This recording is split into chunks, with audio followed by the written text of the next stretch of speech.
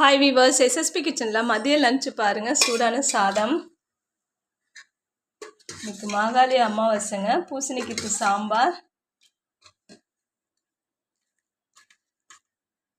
முளைக்கீரை பொரியல், வாழைக்காய் வறுவல்,